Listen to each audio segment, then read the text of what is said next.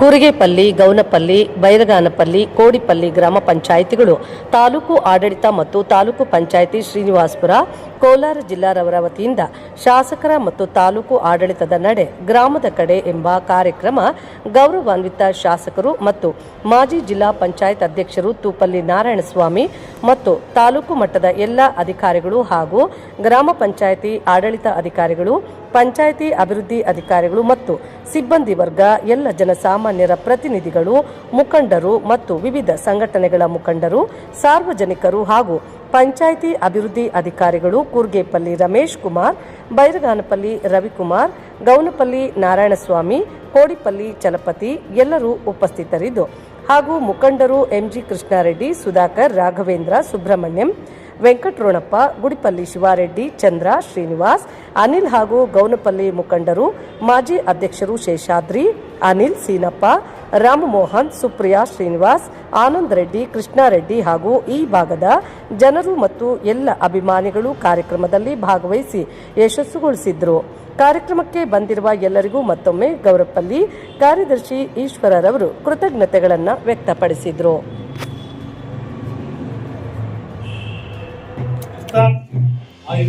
ಅದಕ್ಕೆ ನಾನು ಎಲ್ಲ ಕಡೆ ಮಾಡ್ತಾ ಇದ್ದೇನೆ ಕೆಲಸ. ಒಂದು ಹುಡುಗರು ಕೆಲಸ, ಏರಿಯಾದಲ್ಲಿ ಪ್ರತಿಯೊಂದು ಪಂಚಾಯತ್ ಇಡೀ ಕ್ಷೇತ್ರದಲ್ಲಿ, ಇಡೀ ತಾಲೂಕಿನಲ್ಲಿ ಎಲ್ಲ ಕಡೆ ಸುಮಾರು 25,000 ರೂಪಾಯಿ ಕೆಲಸಗಳನ್ನ ಹಾಕಿದ್ದೇವೆ. 35 ಲಕ್ಷ 35 ಕೋಟಿ ಕೋಟಿ ಹಾಕಿದ್ದೇವೆ. ಎಲ್ಲ ಕೆಲಸಗಳು ಕೂಡ ನಡೀತಾ ಇದೆ. ನಮ್ಮ ಉದ್ದೇಶ ಇದೆ, ಪ್ರತಿಯೊಂದು ಗ್ರಾಮದಲ್ಲಿ ಕೂಡ SC ST ಕಾಲೋನಿ ಆಗಲಿ ಅಥವಾ ಕಾಂಕ್ರೀಟ್ ರೋಡು ಇಲ್ಲವೋ ಅಲ್ಲಿ ಕೊಡಿ, ನೀವು ನನಗೆ ಕೊಡಿ, ನಮ್ಮ PA ಹತ್ರ ಬರೆಸಿ ಅಥವಾ ನಮ್ಮ ಅಧಿಕಾರಿ ಎಲ್ಲ ಕಡೆ ನೋಡಿದ್ದೇನೆ.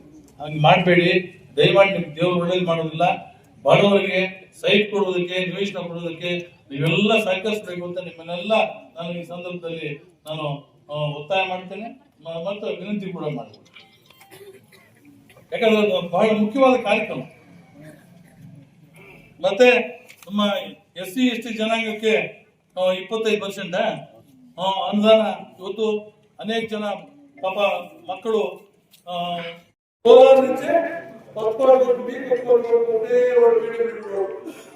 ಅಂತ ಮಂಚಿ ರೋಡ್ ಇರ್ತಾವ. ಈ ರೋಡ್ ಕೂಡ ಬಹಳ ಜಾಸ್ತಿ ಆಗ್ತಾವ.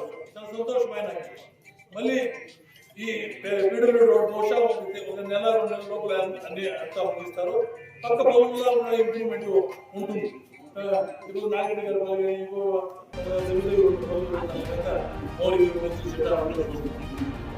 అంతేకాదు ఇప్పుడు బస్సు గారి ಬಗ್ಗೆ వేరే రోడ్లో ఆ రోడ్లో పెద్ద బ్రిడ్జ్ చేయడం 3 కోట్ల రూపాయలు బహుశా 10 దినాల దానికి కుదురు చేస్తాము. మళ్ళా పూర్తి అవునండి ఇవి ఉంటాయి చేపించండి లేఅవుట్స్ ఉన్న వీటితో పోగొట్టుకోలే. సో అట్లా ప్రతి ఒక్క తావా ఇప్పుడు లేఅవుట్స్ చేయడానికి ఒక కార్యక్రమం, సైట్లు వీధులకు ఇచ్చేదానికి. ఇంట్లో 3 ఏళ్ళ నుంచి 2.5 సంవత్సరం నుంచి ఒక ఇల్లు కూడా రాజ్యం అంతా కూడా ఎవరికి వచ్చింది. బహుశా ఈ బడ్జెట్ ఏమన్నా అయిపోయి ఇస్తే కదా మీకు అందరికి ఇంట్లో వీధులకు లేని వాళ్ళకి వచ్చేట్లా చేస్తాము. ఆయన సైట్లు కూడా ఈ 1 నెల లోపల సైట్లు ఏడాడ గుర్తించి గవర్నమెంట్ జమీన్ ఉందో అదంతా కూడా ఇవ్వాలని చెప్పి మా ఈడ న్యూడల్ అధికారులు వచ్చిండారు. పంచాయతీకి ఇప్పుడు తహసీల్దార్ ఒక చెక్ డ్యామ్ 1 కోటి రూపాయలు ఇచ్చి ఉన్నాము. మళ్ళీ భీమగనపల్లి 300 కోట్ల రూపాయలు ఒక చెక్ డ్యామ్, అది కూడా ఇంటి లోపలనే టెండర్ కూడా వేయడం. అది కూడా ఆ రామకాయ దగ్గరలోనే ఒక ఇది బిల్లు పూర్తి చేస్తాం. మళ్ళా ఈ రోడ్ ఇప్పుడు బస్సిరెడ్డి గారి పైపై ఆ రోడ్ జీవనాపల్లి వరకు తార్ రోడ్ శ్రీరామపురం రోడ్ కూడా ఆటి నుంచి ఇట్లా ఏ గ్రామం కూడా ఇచ్చిపెట్టిన, కొన్ని గ్రామాలు ఇచ్చిపెట్టినది మీకు స్వతంత్రం ఉంది.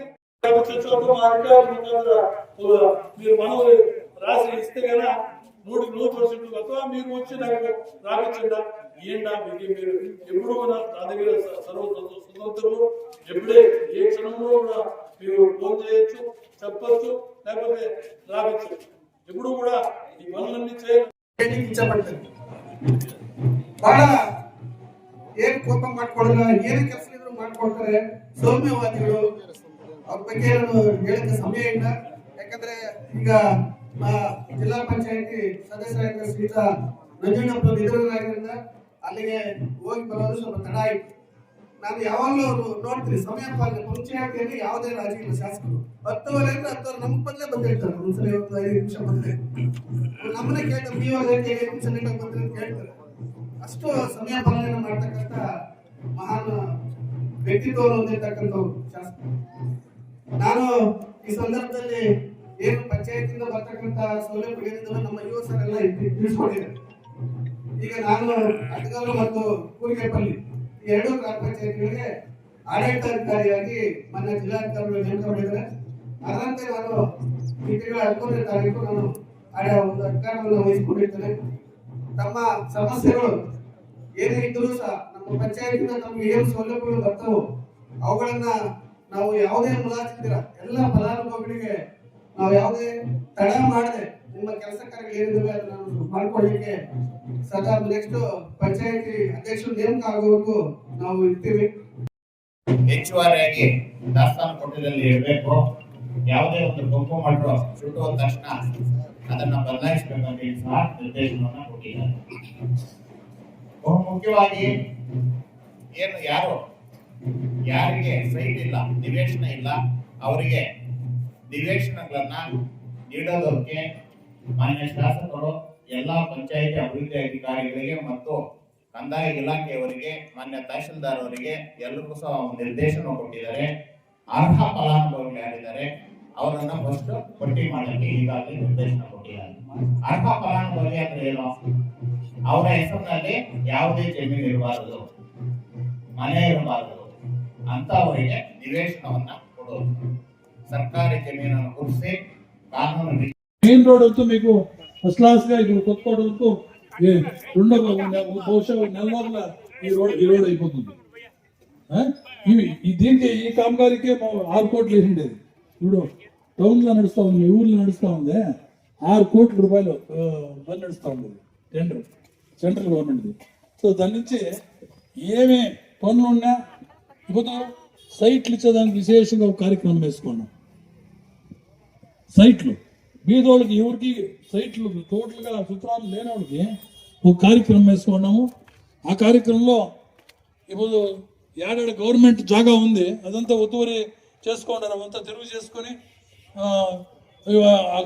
ಸೈಟ್ ತಾಲೂಕು ಕಚೇರಿಗೆ ಮತ್ತು ಪಂಚಾಯತಿ ಕಚೇರಿಗೆ ಬರಬೇಕಾದ್ರೆ ತಮ್ಮ ಕೆಲಸಗಳನ್ನು ಬಿಟ್ಟು ಬರಬೇಕಾಗ್ತದೆ. ಆ ಒಂದು ಸಮಸ್ಯೆಯನ್ನ ತಪ್ಪಿಸುವ ಉದ್ದೇಶದಿಂದ ತಾಲೂಕು ಆಡಳಿತ ಮತ್ತು ಶಾಸಕರು ಸಹ ತಮ್ಮ ಗ್ರಾಮಕ್ಕೆ ಬಂದು ತಮ್ಮ ಸಮಸ್ಯೆಗಳನ್ನು ಆಲಿಸಿ ಅದಕ್ಕೆ ಪರಿಹಾರ ನೀಡುವುದು ಇದರ ಮುಖ್ಯ ಉದ್ದೇಶವಾಗಿದೆ. ಅದರ ಜೊತೆಗೆ ಗ್ರಾಮ ಪಂಚಾಯಿತಿಗಳು ಇವತ್ತು ಗ್ರಾಮಗಳ ಅಭಿವೃದ್ಧಿಯಲ್ಲಿ ಮುಖ್ಯ ಪಾತ್ರವನ್ನು ವಹಿಸಿದ್ದಾವೆ. ನೀವು ಇವತ್ತು ಗ್ರಾಮ ಪಂಚಾಯಿತಿಯನ್ನ ಸ್ಥಳೀಯ ಸರ್ಕಾರ ಅಂತ ಕರೀತಾರೆ. ಯಾಕಂದ್ರೆ ನಮಗೆ ಬೇಕಾಗುವಂತಹ ಎಲ್ಲಾ ಮೂಲಭೂತ ಸೌಕರ್ಯಗಳನ್ನ ನೀಡ್ತಾ ಇರೋದು ಮುಖ್ಯವಾಗಿ ಗ್ರಾಮ ಪಂಚಾಯಿತಿ. ಅದರಲ್ಲಿ ಮುಖ್ಯವಾಗಿ ನಮ್ಮ ತಾಲೂಕು ಪಂಚಾಯತಿ ಕಾರ್ಯನಿರ್ವಹಣಾಧಿಕಾರಿಗಳಂತ ತೊಡಗಿಸಿದರು.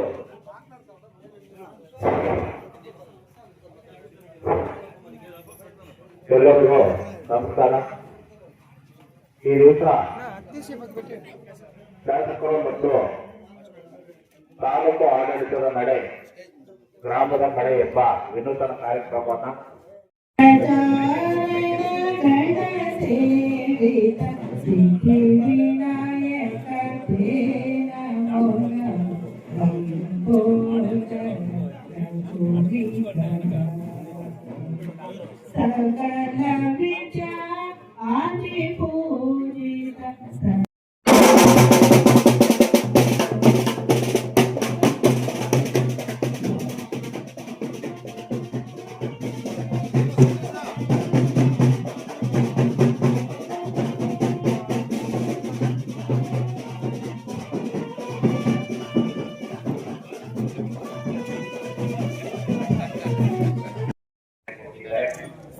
ಇದರಲ್ಲಿ ಈಗಾಗಲೇ 9 ಕೋಟಿ ಸರ್ಕಾರದಿಂದ ಬಂದಿದ್ದು 5 ಕೋಟಿ ಕೃಷಿ ಬಂದಿದೆ.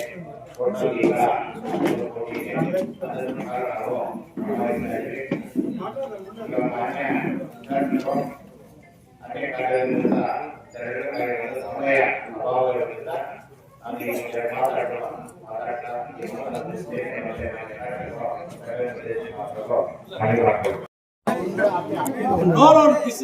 ಹಾಕಿದ್ರೆ ಯಾತಕ್ಕೆ ಬಿಲ್ ಮಾಡಿಲ್ಲ, ನಾವು ಕಟ್ಟಿಲ್ಲ.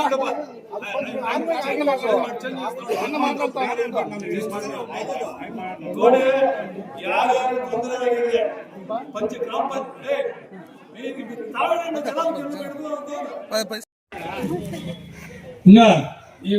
ఇంకా ఈ భాగంలో కొన్ని కార్యక్రమాలు ఎదురు పూజ చేయడానికి వస్తాను.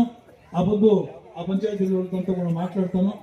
మీరు విశేషంగా వినతి చేస్తున్నది ఏమంటే, ఏమి మీ కష్టాలు ఉన్నాయో అవన్నీ ఇయ్యండా.